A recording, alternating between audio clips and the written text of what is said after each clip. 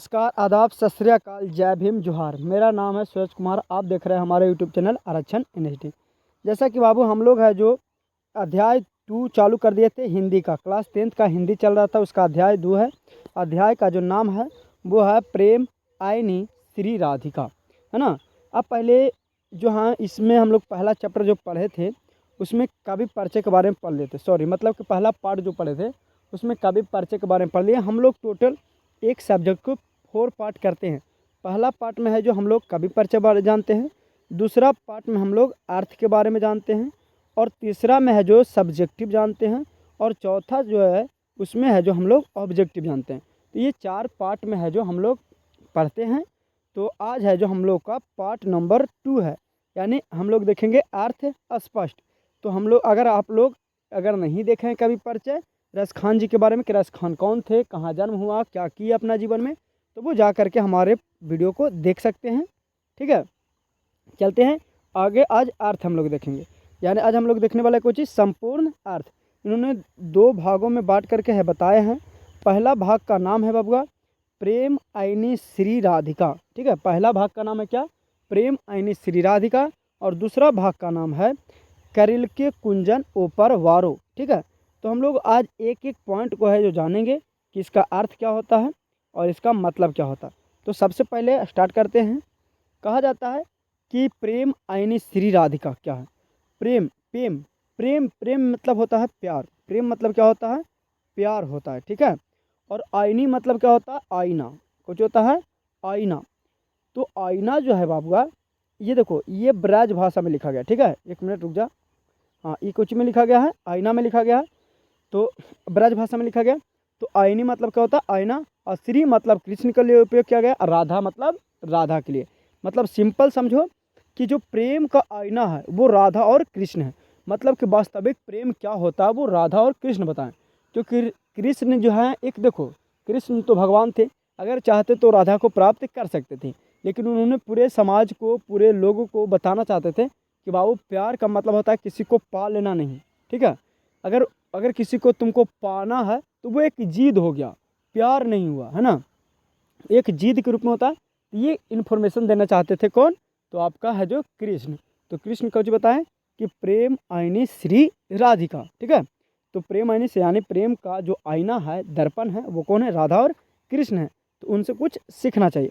तो चलो अब पूरे जो कविता में क्या कहते हैं उनके बारे में पढ़ते हैं। तो सबसे पहले कहता है प्रेम आईनी श्री राधिका प्रेम बरन नंद नंद। कहते हैं कि प्रेम का जो आईना है वो राधा और कृष्ण है। जो प्रेम बरन नंद नंद, जो प्रेम जो है वो जो है नंद बाबा के पुत्र हैं। जो कृष्ण है वो किनका है, नंद बाबा के पुत्र हैं। आए कहते हैं कि प्रेम वाटिका का दो मालिन मालिन द्वंद। जो प्रेम वाटिका का जो मालिक है ना, प्रेम वाटिका, प्रेम का बगीचा, जो प्रेम के बगीचा के जो मालिन है, माली जो बगीचा को अपना सिंचता है, मालिन वही माली और मालिन के कहा जाता है। तो कहते हैं कि जो ये जो दो हैं, दो मतलब दो, ये जो दोनों हैं राधा और कृष्ण, ये प्रेम वाटिका का मतलब है कि पूरे प्रेम का एक बगीचा है, सुनहरा। एक जैसे बगीचा में जो फूल खिलता है वही इसी प्रकार से ये फूल है। लोगों को बताना चाहता है बाबू कि फूल शोभा के लिए है, ना कि तोड़ने के लिए, उसको बर्बाद करने के लिए।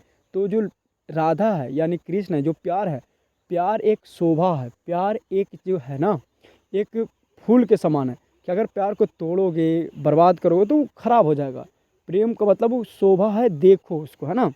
आए कहते हैं कि मोहन छवि रस खानी लगही अपने दृग अपने ही नाही। कहते हैं मोहन छवि, मोहन छवि कहते हैं कि मोहन, मोहन किनके लिए उपयोग किया गया, तो कृष्ण के लिए। तो रस खानी लगी अपने दृग नाही। रस खान जी कहते हैं कि हे मोहन, अब अपना ही छवि, अपना ही दृश्य, दृग मतलब होता है दृश्य, अपना ही दृग अपना ही नहीं लग रहा है ना। कहते हैं हे प्रभु, जब से आपको हम देखे हैं, आपके प्यार में, आपके रूप में हम क्या हो गए हैं, मोह हो गए हैं। अभी तक हमको क्या है, मन नहीं लग रहा, अपना दृश्य ही, अपना परछाई अपना नहीं लग रहा। आए कहते हैं आचे आवत धनुष से छूटे सर से जाए। कहते हैं कि ऐसा लग रहा है कि अगर कोई धनुष हमारे सर को काट कर लेके भी जाएगा, मतलब तीर, तीर से अगर कोई, कहता है ना कि आचे आवत धनुष से, मतलब अगर कोई तीर भी अगर धनुष से आ रहा है, छूटे सर से जाए, तो वो सर को भी लेकर चला जाएगा, लेकिन पता नहीं चल जाएगा। नहीं चलता है, क्योंकि हम आपके प्यार में इतना खो चुके हैं। तो यही बताते हैं कि देखिए, प्यार का मतलब होता है कि किसी में खो जाना, एक हो जाना, एकाकार होना। जैसे एक बार की बात है कि राधा बोले थे कृष्ण से कि कृष्ण, हम आपसे शादी करना चाहते हैं। तो कृष्ण यहाँ जवाब क्या देते हैं, सुनिएगा बहुत ध्यान से। कृष्ण जवाब देते हैं कि देखिए राधा, कृष्ण कहते हैं कि देखिए राधा, जो प्यार होता है ना, वो दो अपोजिट जेंडर में होता है, एक मेल और एक फीमेल में। तो राधा बोलते हैं कि तो प्रभु, हम तो फीमेल हैं, आप मेल हैं, तो शादी तो हो ही सकता है। तो कहते हैं नहीं राधा, हम पूरे राधा राधा हैं, आप खाली एक अच्छा दृष्टि से देखिए। आप, हम घूमते हैं, आप देखिए, जब कृष्ण घूमते हैं तो राधा जब देखते हैं कृष्ण को, तो पूरा कृष्ण है जो क्या हो गए, राधा राधा। तो कहते हैं कि बताओ राधा, कैसे शादी कर सकते, दो जेंडर एक साथ तो शादी नहीं कर सकती है।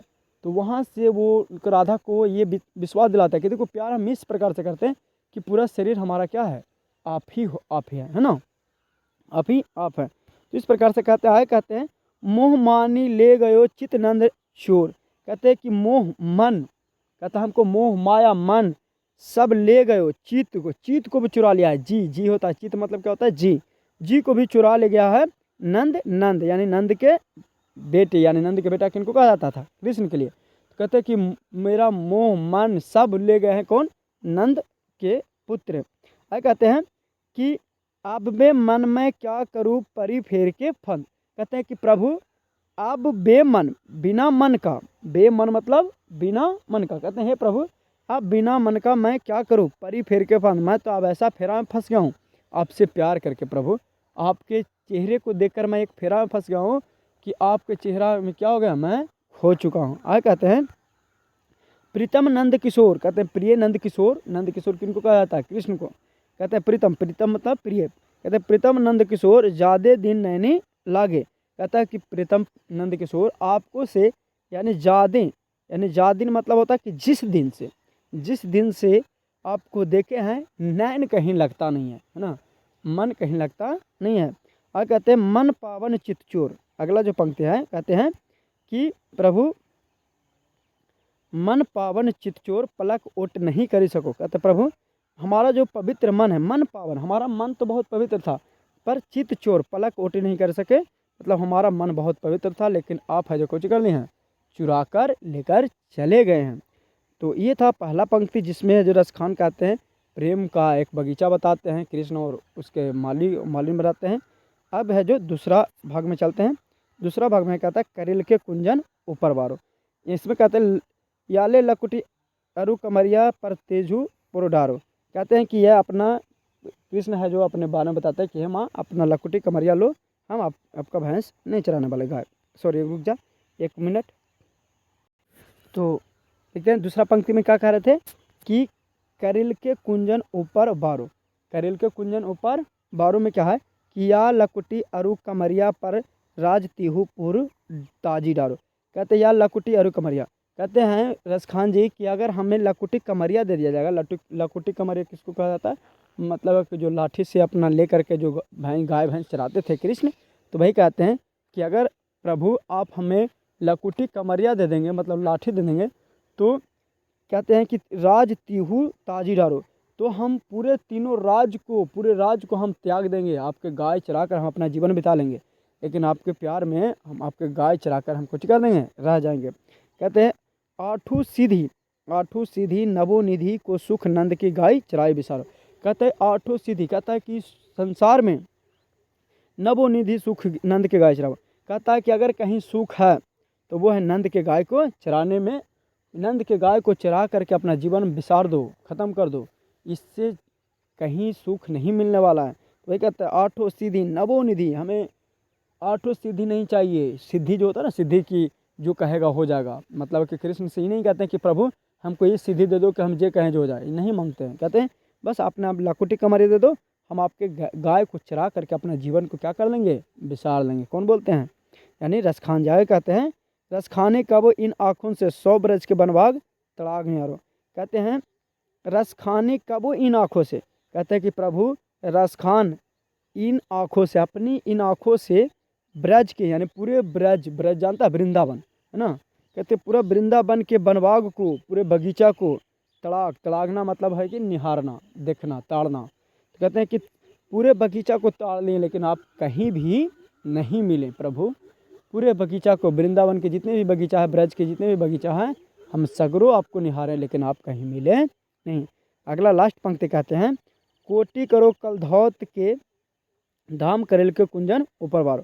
कहते हैं कि कोटि, कोटि का मतलब होता है कि करोड़ों, करोड़ों रोल कल धौत के। कहते हैं कि प्रभु जितना आपका गाय चराने में है, आपका दर्शन पाने में है, वो कोटिक धामों खुल जाएगा। कहते हैं कोटिक रोल कल धौत के धाम करेल को कुंजन ऊपर बार। कहते हैं प्रभु जो आपके गाय चराने में, जीवन बिताने में है गाय चरा करके, वो कहीं कोटि करोड़ों धाम खुल जाएगा लेकिन ये सुख मिलने वाला नहीं है। तो ये था बाबू पूरे पंक्ति जो किनके द्वारा लिखा गया था, रसखान जी द्वारा लिखा गया था। अगर आपको अच्छा लगा होगा तो लाइक कीजिएगा, शेयर कीजिएगा और फिर मिलते हैं अगले एपिसोड में। चैनल को सब्सक्राइब जरूर कीजिएगा। Bye, good bye, Tata.